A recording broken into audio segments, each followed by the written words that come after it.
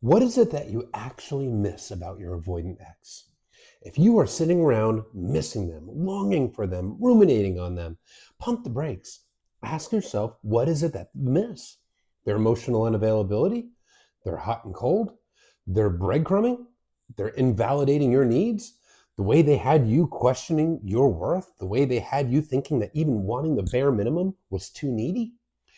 You see, when you're in a relationship with a person, we tend to put them up on a pedestal subconsciously. That early dating version of the dismissive avoidant is what you probably are holding on to. Their potential. The way that they seemed all in, the way that they seemed to prioritize you, the way they told you that nobody had ever made them feel the way that you do. But you're probably not holding on to that version of them that pulled away, shut down, stonewalled, gaslit, disappeared, ghosted, invalidated your needs. You're probably not holding on to that version.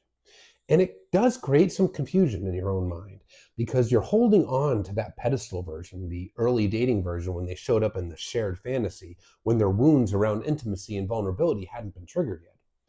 But you're probably not holding on to the actuality of who they are, who they showed you that they are, a person that has no emotional availability, a person that really doesn't empathize with you, a person that doesn't really care about your needs, a person that prioritizes themselves over you, a person that completely shattered your heart and left you without any kind of answers.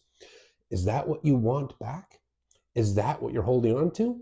Probably not. You're holding on to that early version of them. But the thing is, that version's never coming back, and it's important to understand this. Early in dating with the dismissive avoidant is called the shared fantasy because it is a fantasy. It's a romance novel, a fairy tale. It's a rom-com. It's not a real relationship yet because their core wounds around intimacy, vulnerability, commitment, expectations, conflict, those wounds haven't been triggered yet. They got those wounds, and then there's you.